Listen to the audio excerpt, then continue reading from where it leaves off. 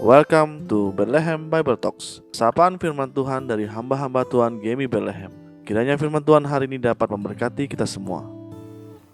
Shalom jemaat yang dikasih Tuhan. Salah satu khotbah Tuhan Yesus yang paling terkenal dan paling kita ingat mungkin adalah khotbah Tuhan Yesus di atas bukit.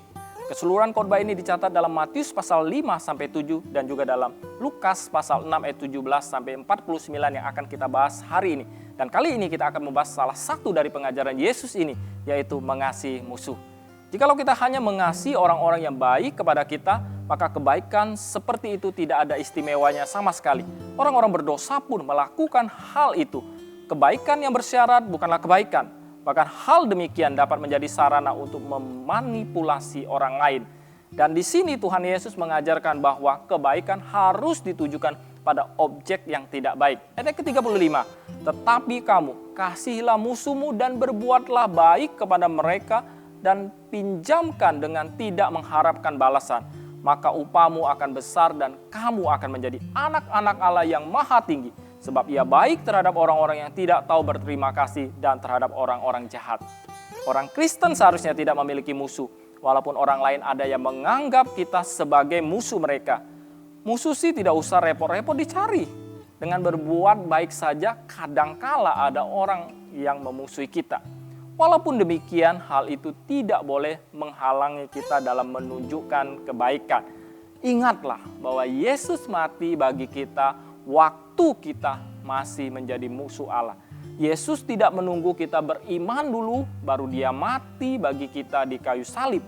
Orang Kristen harus mengasihi musuh seperti diri sendiri. Apa yang kita ingin orang lain perbuat kepada kita, lakukanlah itu kepada orang lain. Apakah kita ingin dikasih oleh orang lain? Apakah kita ingin menerima berkat? Apakah kita ingin didoakan oleh orang lain? Apakah kita berbahagia apabila orang lain memberikan lebih banyak dari yang kita harapkan?